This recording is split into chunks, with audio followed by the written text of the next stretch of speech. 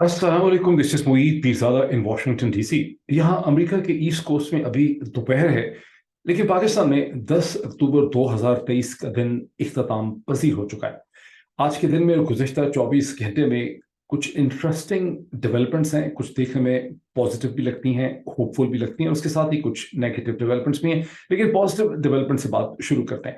सबसे पहले जो इंटरेस्टिंग डेवलपमेंट है कि former prime minister of Pakistan जनाब इमरान खान और जज अबुल हसनात या अबुल हसन जुल्करनैन साहब के दरमियान जो मुकालमा हुआ मंडे के दिन अडियाला की जेल के अंदर, जहां स्पेशल कोर्ट की मीटिंग हुई जिसके अंदर सलमान सफ्दर साहब, बैरिस्टर सलमान सफ्दर और शेर अफजल मरवत मौजूद थे। उसके अलावा एक और वकील साहब मौजूद थे। ये आपको पता है कि इन कैमरा किस्म का ट्रायल होता है। इस ट्रायल में रिपोर्टेडली इमरान खान साहब ने बड़ी सख्त किस्म की बातें सुनाई जज जुल्कैन करनैन साहब को, और उन्होंने कहा बाकी सब चीज़ों को छोड़ें। गुस्सा उनको ये था कि आप मेरे साथ चलें और ये देखें कि मेरा जो सेल है मुझे वहां किस किस्म की सूरत हाल में रखा गया है। और इमरान खान साहब को इस पे एतराज नहीं था कि सेल का साइज बहुत छोटा है। सेल का साइज वैसे 4 फुट उसकी चौड़ाई है, 7 फुट उसकी लंबाई है और 6 फुट से कम उसकी ऊंचाई। और इमरान खान जिनका कद लंबा है, वहां पे उनके लिए खड़ा होना भी ठीक तरह से मुमकिन नहीं है। ना ही लेकिन इमरान खान का शिकवा ये नहीं था, ना ही इमरान खान का शिकवा है कि वहां पे बदबू बचाई जाती है, वहां पे गंद फेंका जाता है, उनको तंग किया जाता है, या उनको खाना किस किस्म का मिलता है। इस किस्म का कोई मसला इमरान खान साहब का नहीं। इमरान खान का मसला ये था कि जब से उन्हें अटक की जेल से अडियाला में मुंतकिल किया गया है, उनके पास जो थोड़ी सी एक वॉकिंग स्पेस थी वो भी नहीं है। वॉकिंग उनके लिए इसलिए जरूरी है कि उनके पाँव में उनकी चोट, आप सब जानते हैं कि उनको जो टुकड़े लगे थे, मेटालिक और बुलेट इंजरी उनको हुई थी 3 नवंबर 2022 को। उसके नतीजे में उनके लिए वॉक करना, अपनी पूरी टांग को अपनी लेग तक, और ये जो डॉक्टर्स हैं से बड़ी अच्छी तरह वाकिफ हैं कि वॉक करना जो है, और ब्लड सर्कुलेशन बहुत इंपॉर्टेंट है, बिकॉज अभी भी उनकी नर्वस सप्लाई सेंसेशन मुकम्मल तौर पे रिस्टोर नहीं हुई। तो उन्होंने जज साहब को कहा मेरे चले। रिपोर्टेडली इस ट्रायल की जो हेयरिंग हुई उसमें जो कुछ हुआ वो तो हम पहले डिस्कस कर चुके हैं। जज अबुल हसनात साहब जो हैं वो बाद में इमरान खान साहब का सेल देखने के लिए गए, और वो कन्विंस हुए कि किसी भी शरीफ आदमी को, इंसान को इस किस्म की जगह पे नहीं रखा जा सकता। फॉरगेट अबाउट द मैन जिसने पाकिस्तान में कैंसर हॉस्पिटल्स क्रिएट किए, यूनिवर्सिटीज क्रिएट की, सबसे बड़ी पॉलिटिकल पार्टी बनाई, जिसने पाकिस्तान का प्राइम मिनिस्टर रह चुका है और जो इस मुल्क से जाने से इनकार कर रहा है। आपको याद होगा कि इससे पहले जो नवाज शरीफ साहब जेल में थे, अगर आप सिर्फ उस वाक्य को याद कर लें जब इमरान खान ने नवाज शरीफ और लोगों के खिलाफ एक कमेंट किया था जिसमें बड़ी तनकीद हुई थी, जब वो 2018-19 में यहाँ पर आए थे वाशिंगटन के अंदर, यहाँ पर एक पाकिस्तानियों से खिताब करते हुए उन्होंने कहा था कि जब मैं वापस जाऊंगा तो इनके एयर कंडीशन उतरवा दूंगा। अब आप जरा गौर करें कि नवाज शरीफ को किस किस्म की जेल थी जहां पर उन लोगों ने एयर कंडीशन लगाए हुए थे अपने लिए, पता नहीं किस किस्म के लगाए हुए थे, और उस पर खप पड़ गई थी पाकिस्तान में इंसानी हकूक की तंजीमों ने, सिविल सोसाइटी ऑर्गेनाइजेशंस ने, कि इमरान खान ने किस किस्म की फैशिस्ट बात जो है कर दी है। अब जरा इमरान खान की कंडीशन देखिए कि जिस तरह से इमरान खान को रखा गया है, एयर कंडीशन की तो यहाँ बात हो ही नहीं रही, यहाँ तो बात सिर्फ एक वॉक करने की, स्पेस करने की हो रही है। बहरहाल जज साहब वहां गए, और रिपोर्टेडली जज साहब ने जेल सुपरिंटेंडेंट को इंस्ट्रक्शन दी कि इमरान खान को वॉक करने की स्पेस मिलनी चाहिए। मंगल के दिन, आज का जो दिन था 10 अक्टूबर 2023 को, जब इमरान खान की अपने रिश्तेदारों से, अहले खाना से मुलाकात हुई तो उन्होंने उन्हें बहुत पहले से मुतमईन पाया, और उन्होंने बताया कि जेल सुपरिटेंडेंट ने जज की मुलाकात के बाद उनको एक थोड़ी सी कॉरिडोर या स्पेस प्रोवाइड कर दी है जिसमें वो मसलसल वॉक करते हैं। लेकिन इसके साथ एक और इंटरेस्टिंग चीज भी है कि इमरान खान अपेरेंटली बड़े मुतमईन हैं अपने जेल के इस पूरे एक्सपीरियंस से। वो कहते हैं कि मैं इतना मसरूफ था, इतना बिजी था कि मुझे किसी भी चीज के ऊपर गौर करने का, रिफ्लेक्ट करने का मौका नहीं मिलता था जब से मैं जेल में आया हूँ। जहन रखिए कि उनको 60 से ज्यादा दिन हो गए हैं, 5 अगस्त, 5 सितंबर, 5 अक्टूबर, तो अब उनको तकरीबन आप कह सकते हैं कि 65 दिन हो गए हैं उनके इस जेल एक्सपीरियंस के। और ये जेल एक्सपीरियंस जो है उसमें उनको बहुत ज्यादा किताबें पढ़ने का मौका मिला, उन्हें सोचने का मौका मिला, उन्हें रिफ्लेक्ट करने का मौका मिला, और वो इससे अपनी इस ट्रांसफॉर्मेशन जो है इससे बड़े मुतमईन है। जब मैंने ये सुना, और ये बड़ा क्रेडिबल तरीके से मैंने सुना, तो मुझे ख्याल आया कि जेल ने बड़े बड़े लीडर पैदा किए हैं। पंडित जवाहरलाल नेहरू जो हैं, उन्होंने अपनी जो किताब थी, बहुत मशहूर किताब लेटर्स टू इंदिरा, जो बाद में 1928, 29 या 30 में बाद में वो पब्लिश भी हुई हिंदुस्तान के अंदर, वो खत थे जो अपनी बेटी को लिखते थे, बेटी उसको 13-14 बरस की थी, जिसमें उन खतूत में पंडित नेहरू ने अपनी बेटी को ये बताया था कि 1928-29 की बात है कि किस तरह आने वाली दुनिया के अंदर 4 बड़ी ताकतें होंगी, अमेरिका, रूस, चीन और हिंदुस्तान, जिसमें उन्होंने बरतानिया, जर्मनी, फ्रांस वगैरह को ताकतों के खाने में से निकाल दिया था। ये किताब बाद में glimpses of the world history के नाम से भी पब्लिश हुई। तो जो रिफाइनमेंट आई थी पंडित नेहरू की सोच के अंदर, वो उस जेल टाइम पीरियड में आई थी जब कई महीने उनको जेल में रहना पड़ा था। अब खुदा बेहतर जानता है कि इमरान खान को कितना अरसा जेल में रहना पड़ेगा, लेकिन मेरी फीलिंग ये है, मेरी प्रिडिक्शन ये है कि अल्टीमेटली इस इमरान खान से, जिसने जेल को छोड़ के किसी कॉम्प्रोमाइज करने से इनकार कर दिया है, जो पाकिस्तान से कहीं बाहर बरतानिया जाने के लिए तैयार नहीं है, जो कहता है कि मैं हर किस्म की चीज पे बात करने के लिए तैयार हूं, हर पॉलिटिकल इशू पे बात करने के लिए तैयार हूं, लेकिन मैं पाकिस्तान छोड़ के कहीं नहीं जा सकता, मेरा जिंदा रहना, जिंदा मरना जो है वो पाकिस्तान से वाबस्ता है। इस इमरान खान के साथ पाकिस्तान की इस्टेब्लिशमेंट को बिल आखिर डील करनी पड़ेगी, नेगोशिएट करना पड़ेगा, मामला तय करने पड़ेंगे। मेरी एक साइंटिफिक सी प्रिडिक्शन है। अभी चीजें ज़ाहिर है आपको उस डायरेक्शन में जाते नजर नहीं आती, लेकिन मुझे लगता है कि ऐसा बिल आखिर होगा। अब ज़ाहिर है बहुत सी चीजें इसकी तरफ पॉइंट आउट भी करती है। मैं कुछ और पॉइंट्स मैंने लिखे हैं, मैं आपके सामने शेयर कर दूं। अच्छा, इससे पहले मैं आगे चलूं, एक पॉइंट नोट कीजिए कि इमरान खान जेल में वॉकिंग स्पेस अपने लिए मांग रहा है, एयर कंडीशन नहीं मांग रहा, स्प्लिट एयर कंडीशन नहीं मांग रहा, बेहतर खाना नहीं मांग रहा, मुरगन खाने नहीं मांग रहा। इमरान अपने लिए स्पेस मांग रहा है। वो कहता है मैंने कॉम्प्रोमाइज नहीं करना। लेकिन इमरान खान को किताबें चाहिए, वो किताबें भी मांगता है।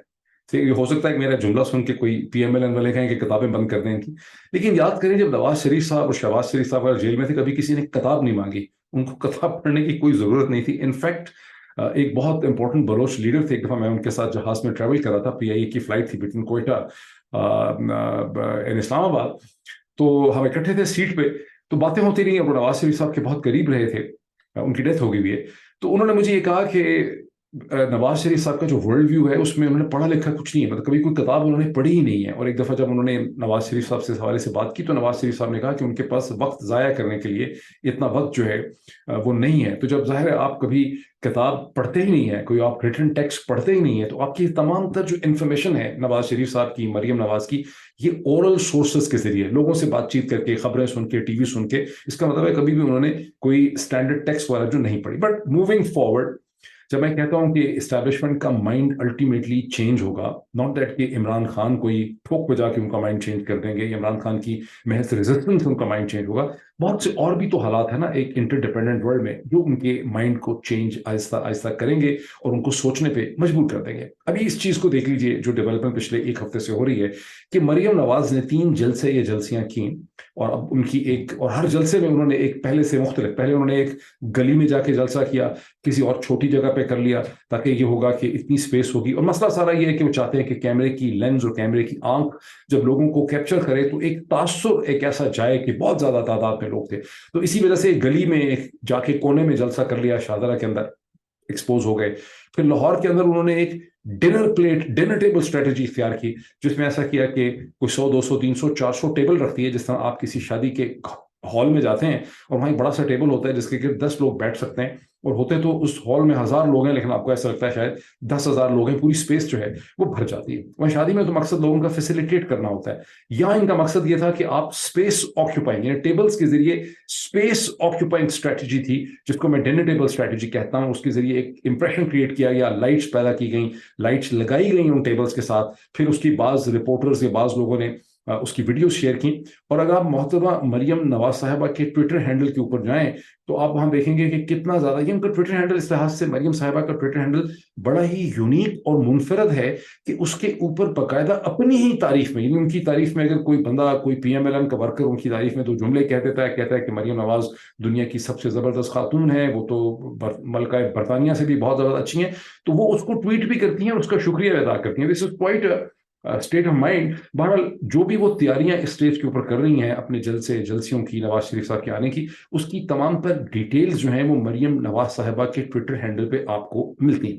लेकिन यहाँ पे प्रॉब्लम क्या है, और वहां पे आपको ये भी पता चलता है कि बाकायदा एक कंट्रोल सेंटर कायम कर दिया गया है। मरियम नवाज साहबा ने गुज़िश्ता 24 घंटों में कई मीटिंग्स की हैं, छोटी छोटी वो मुख्तलिफ ऑफिस के अंदर, दफ्तरों में, हॉल्स में पीएमएलएन के वर्कर्स के साथ मीटिंग्स कर रही हैं, उनको एक माहौल बना रही हैं, गरमा रही हैं कि नवाज शरीफ साहब की 21 तारीख को जो मीनार पाकिस्तान का जलसा है, जहां वो टैक्सी लेके पहुंचेंगे, पहले उनको एयरपोर्ट पे लेने को ही नहीं जाएगा, बिकॉज लग रहा है कि इतने रिसोर्सेज नहीं है कि एयरपोर्ट पे भी जाया जाए। असल वजह क्या है, اصل وجہ یہ ہے جو میری سمجھ میں آتی ہے کہ یہ احساس ہو گیا مریم نواز صاحبہ کو اور ان کی پوری پی ایم ایل این کی جو کوآرڈینیشن کمیٹی ہے، ایک اسٹریٹجک ٹیم ہے، کہ اگر ہم لوگوں کو ایئرپورٹ پہ اکٹھا کریں گے تو ایئرپورٹ سے مینار پاکستان تک لے جاتے ان کا پورا کراؤڈ جو ہے وہ ضائع بھی ہو جائے گا اور ایکسپوز بھی ہو جائے گا۔ اس لیے پوری کوشش کی جا رہی ہے کہ کسی طرح سے پورے پنجاب کے تحصیلداروں کو، پٹواریوں کو، حکومت کو، کیئر ٹیکر حکومت کو استعمال کر کے مینار پاکستان کو بھرا جائے۔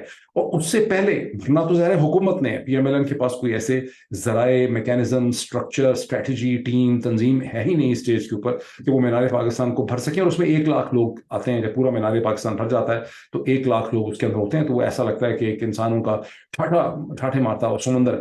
تو اب ظاہر حکومت نے بھرنا ہے، یہ پنجاب حکومت نے کرنا ہے، جو کچھ بھی ان کے لیے کرنا ہے، یہ اسٹیبلشمنٹ نے کرنا ہے۔ لیکن یہ جو ساری کاروائیاں مریم نواز صاحبہ کر رہی ہیں، جو ٹویٹر ہینڈل پہ دیکھ سکتے ہیں، اس کے ذریعے ایک عکس، ایک امپریشن، ایک امیج، ایک تاثر پیدا کیا جا رہا ہے کہ بہت زبردست قسم کی جو ہے ایکٹیویٹی ہو رہی ہے۔ لیکن اس کے ساتھ ایک پرابلم ہے، جو میں کہتا ہوں کہ اسٹیبلشمنٹ کو دوسری چیز بھی دیکھنی ہے۔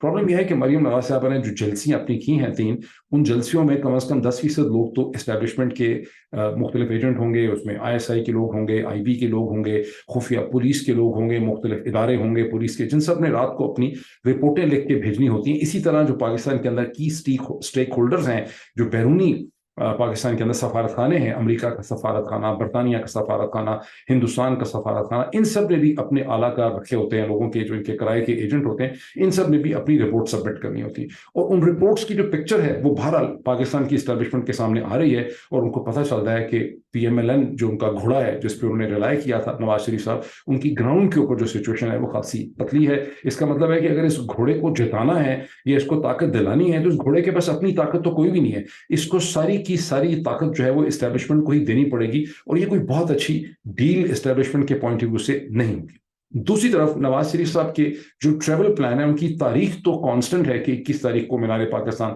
پہنچیں گے، لیکن باقی ان کے پلان کہ لاہور آئیں گے، اسلام آباد آئیں گے، سعودی عرب جائیں گے، متحدہ عرب امارات میں مسلسل تبدیلیاں ہو رہی ہیں۔ فار انسٹنس 1 دن پہلے اخبارات میں یہ بات چھپی کہ متحدہ عرب امارات تو وہ نہیں جائیں گے، وہ صرف سعودی عرب جائیں گے، عمرہ کریں گے، وہاں ملاقاتیں کریں گے، اس کے بعد سعودی عرب سے سیدھا پاکستان آئیں گے اور لاہور پہنچیں گے۔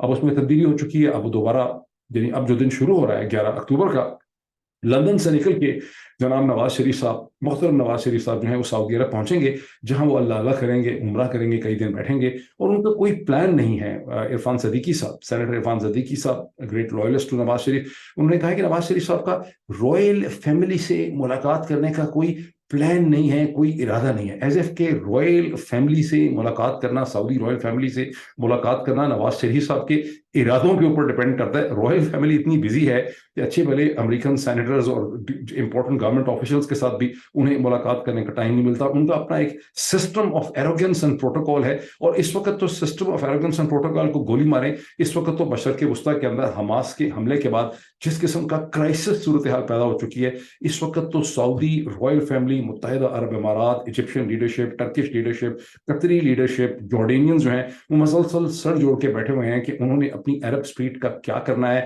اسرائیل تلا ہوا ہے کہ اس نے حماس کو ہر صورت صفر ہستی سے مٹا دینا ہے۔ اگر آپ فارمر جو پریزیڈنٹ ہیں امریکہ کے، باراک حسین اوباما صاحب، ان کا ٹویٹ دیکھیں، جو کہ بظاہر ایک بڑے بیلنسڈ ہیں، لیکن امریکہ کے اندر کی جو پولیٹیکل سینٹیمنٹیلٹی یا مجبوریاں ہیں، اس کو اوباما کا ٹویٹ ریفلیکٹ کرتا ہے، جہاں اوباما اپنے ٹویٹ میں کہہ رہا ہے کہ حماس کا خاتمہ ہونا چاہیے، اور حماس کو ختم کرنے کے لیے اسرائیل کی جو کوششیں اس کے ساتھ ہم کھڑے ہیں۔ ذرا اندازہ لگائیں اس وقت کی ڈیموکریٹک پارٹی کے اندر کس قسم کے پریشرز ہیں، جہاں ریپبلکنز مسلسل ڈیموکریٹس پہ یہ حملہ کر رہے ہیں کہ ڈیموکریٹس نے اسرائیل کو غیر محفوظ کر دیا ہے۔ یہ وہ صورتحال ہے جس میں عرب لیڈرشپ جو ہے اس کو کوئی حل نکالنا ہے کہ حماس کو بچانا ہے، وہاں سے نکالنا ہے، اس کا انخلا کرنا ہے، کوئی نیگوشیٹڈ سیٹلمنٹ کرنی۔ تو اب اس وقت بٹوین ابو دھابی اینڈ ریاض کس کے پاس ٹائم ہے نواز شریف صاحب سے ملنے کے لیے؟ لیکن نواز شریف صاحب کی جو سینیٹر عرفان صدیقی صاحب فرماتے ہیں کہ نواز شریف صاحب کا رائل فیملی کو ملنے کا کوئی ابھی پلان نہیں ہے۔ ظاہر ہے نواز شریف صاحب وہاں جا رہے ہیں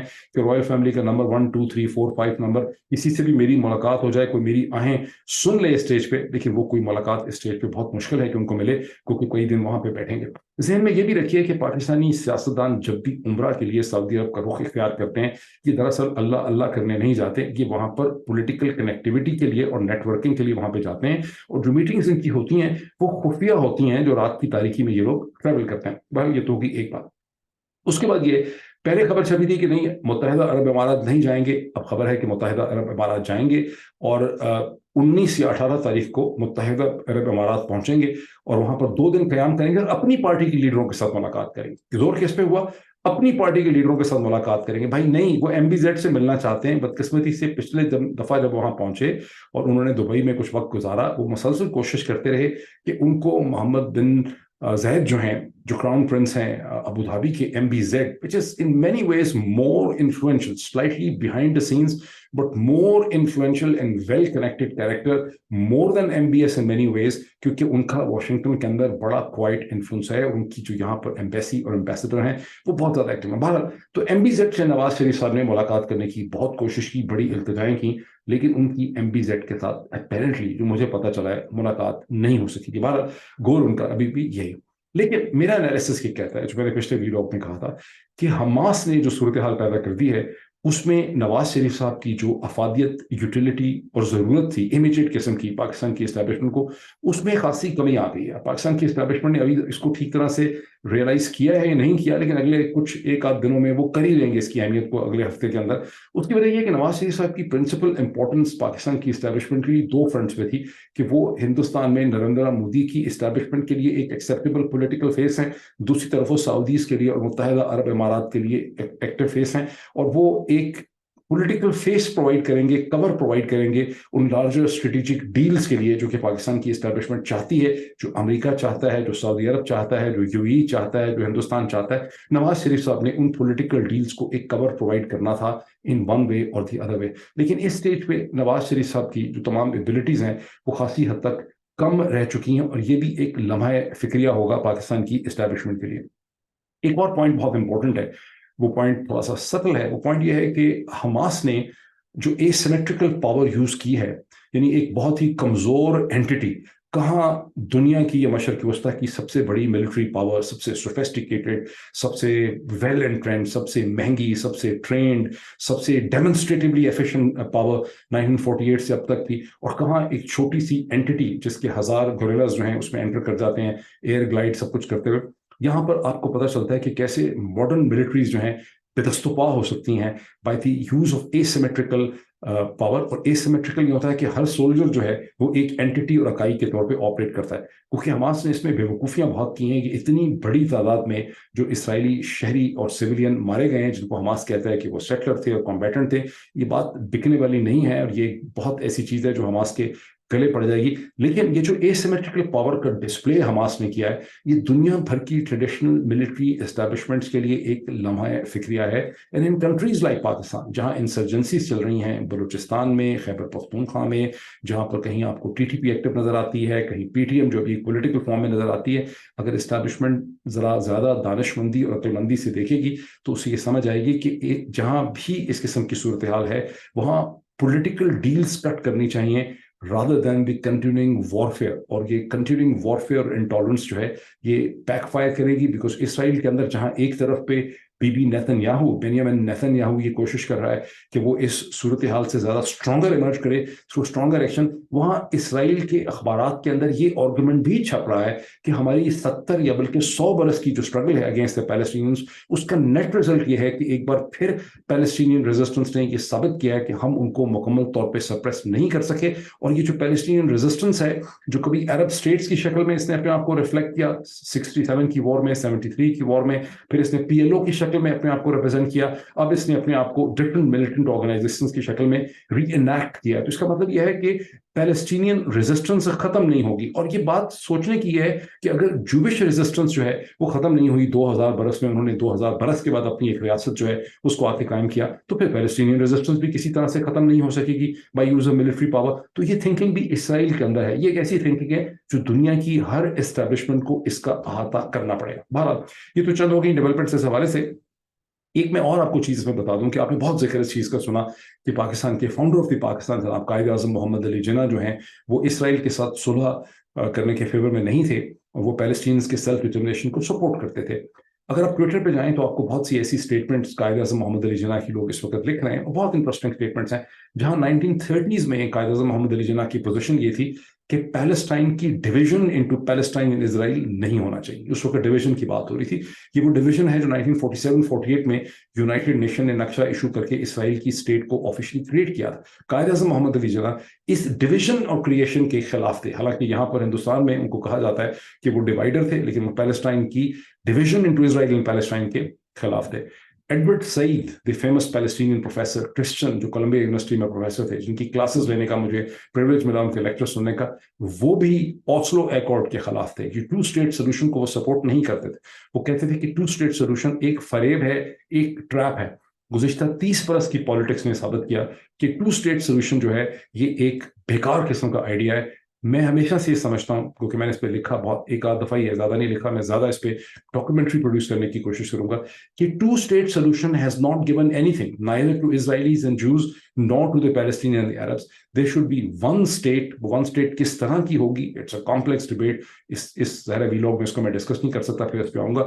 2 اور ڈیولپمنٹس پاکستان کے حوالے سے. Coming back to Pakistan, president doctor Arif Alvi صاحب نے ایک ملاقات کی محمد علی دورانی صاحب کے ساتھ. ملاقات انہوں نے پہلے بھی کی تھی، اس پہ بہت خبر رہی ہے کہ ان کی ملاقاتیں ہوئی ہیں. محمد علی دورانی نے جیل میں جا کے اٹک کے اندر عمران خان سے بھی ملاقات کی، اور محمد علی دورانی صاحب جو ہیں وہ اسٹیبلشمنٹ کی لوگوں کے ساتھ بھی ملاقاتیں کر رہے ہیں. اور وہ ایک بیہائنڈ دا سین ایک جس کو کہتے ہیں کہ شٹل ڈپلومیسی کر رہے ہیں between P T I, Imran Khan and establishment. تو انہوں نے ڈاکٹر عارف علوی سے ایک پہلے بھی ملاقات کی، لیکن اب جو انہوں نے ڈاکٹر عارف علوی سے ملاقات کی اس کو ڈاکٹر عارف علوی کے ایوان صدر کے ٹویٹر ہینڈل سے اردو اور انگریزی میں اس کو ٹویٹ کیا گیا. بدقسمتی سے خبر تو بنی ہے اس کی اخباروں میں، اس کے ٹویٹر پہ کو بہت زیادہ لوگوں نے اس کو نہیں لیا، بیکاز بہت زیادہ لوگ پریزیڈنٹ کے ٹویٹر کو فالو بھی نہیں کر رہے ہیں. ان سے بڑے ڈس اپوائنٹمنٹ.